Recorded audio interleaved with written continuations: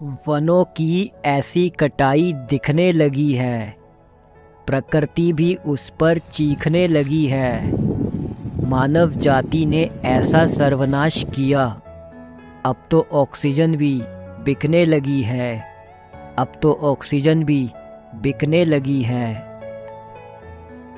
पेड़ पौधों का महत्व सबको बताना ही पड़ेगा।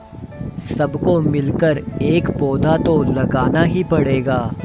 अगर चाहते हो संपूर्ण मानव जाति की भलाई, तो सबको मिलकर आगे आना ही पड़ेगा।